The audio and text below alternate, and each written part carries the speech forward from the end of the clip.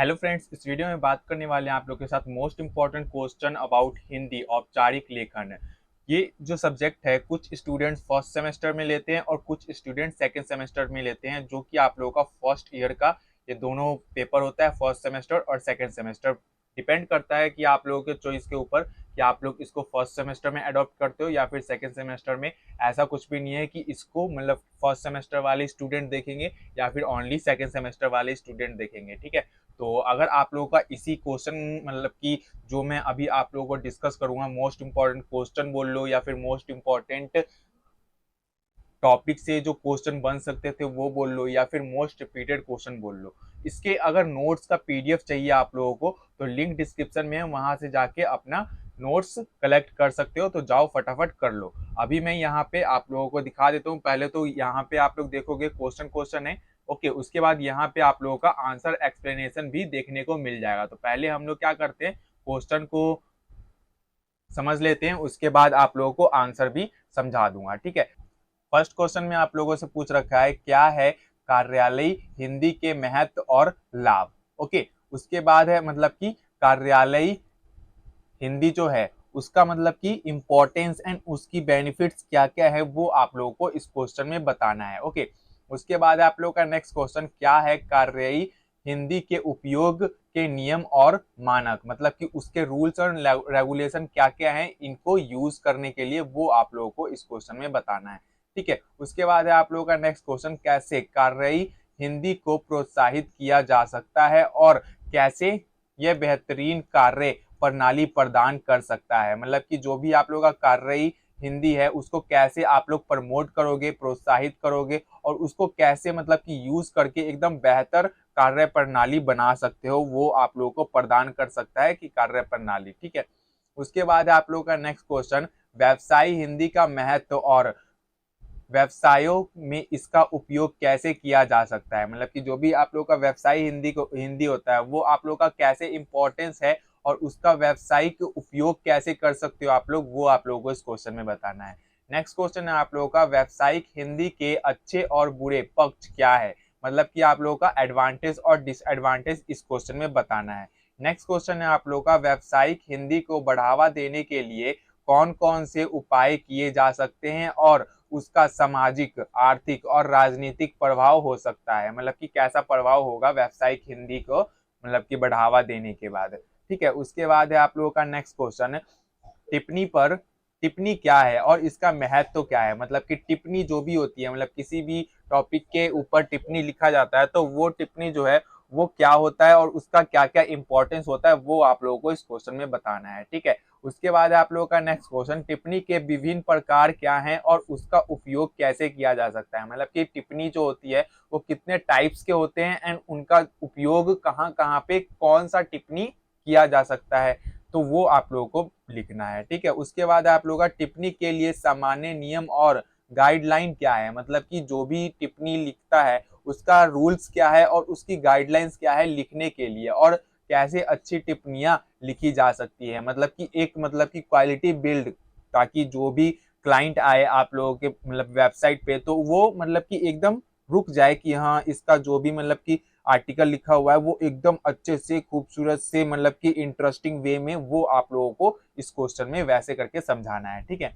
उसके बाद आप लोगों का प्रारूपण क्या है और इसका महत्व क्या है, प्रारूपण क्या है और उसका महत्व मतलब कि इंपॉर्टेंस क्या है वो आप लोगों को बताना है। नेक्स्ट क्वेश्चन में आप लोगों का है प्रारूपण के विभिन्न प्रकार क्या है और उसका उपयोग क्या होता है, मतलब कि इसके मतलब कि डिफरेंट टाइप एंड यूजेस बताने हैं आप लोगों को। उसके बाद है आप लोगों का प्रारूपण के नियम, मानक और गाइडलाइन क्या है और उसे कैसे अनुसरण किया जा सकता है, मतलब कि इसके रूल्स बताना है, नियम बताना है, मानक बताना है, गाइडलाइंस बताना है और उसको हम लोग कैसे यूज कर सकते हैं वो बताना है, ठीक है। उसके बाद आप लोगों का प्रतिवेदन और विज्ञप्ति क्या है, इसका महत्व क्या है, मतलब कि प्रतिवेदन और विज्ञप्ति क्या क्या होते हैं, इनमें क्या क्या डिफरेंसेस है, क्या क्या सिमिलरिटी है, ये दोनों बता सकते हो। उसके बाद इनकी क्या इंपॉर्टेंस है वो भी बता दो, ठीक है। उसके बाद आप लोगों का नेक्स्ट क्वेश्चन विभिन्न क्षेत्रों में प्रतिवेदन और विज्ञप्ति के उपयोग क्या है और इसका सामाजिक, आर्थिक और राजनीतिक प्रभाव क्या क्या हो सकते हैं, मतलब कि जो भी आप लोगों का प्रतिवेदन और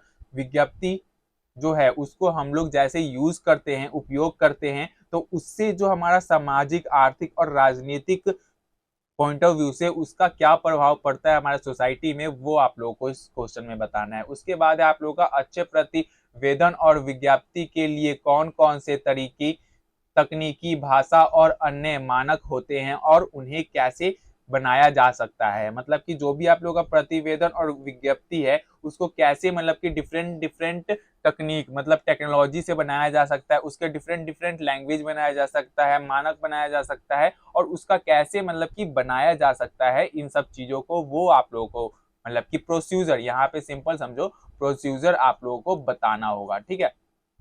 उसके बाद आप लोगों का नेक्स्ट है स्ववृत्त लेखन क्या है, इसका महत्व क्या है। स्ववृत्त लेखन क्या होता है और उसका क्या क्या इंपॉर्टेंस है, वो आप लोगों को इस क्वेश्चन में बताना है। नेक्स्ट क्वेश्चन है आप लोगों का, एक बारी मैं फिर से बता देता हूँ, अगर आप लोगों को नोट्स चाहिए होगा तो नोट्स के लिए आप लोग डिस्क्रिप्शन चेक कर लो, वहां पे आप लोगों को नोट्स के लिंक देखने को मिल जाएंगे, वहां से अपना नोट्स के लिंक ये कलेक्ट कर सकते हो। ठीक है। अब आगे बढ़ते हैं क्वेश्चन पे। स्ववृत्ति लेखन का उद्देश्य क्या है, मतलब कि जो स्ववृत्ति लेखन होता है उसका क्या उद्देश्य है, क्या वो प्रमोट करता है, क्या मतलब जागरूकता फैलाता है सोसाइटी में, वो आप लोगों को बताना है। स्ववृत्ति लेखन के कैसे कदम, मतलब कि जो भी स्ववृत्ति लेखन है वो मतलब कि जैसे जैसे मतलब प्रोसीजर में आता है उसके क्या क्या कदम होते हैं, मतलब कि क्या क्या स्टेप होते हैं, वो आप लोगों को लिखना है। उसके बाद आप लोग का सूचना के आधार पर लिखे, सूचना के आधार के लिए लेखन क्या है, मतलब कि जो भी सूचना होती है उसके आधार पर कोई भी लेखन हम लोग लिखते हैं तो वो क्या है,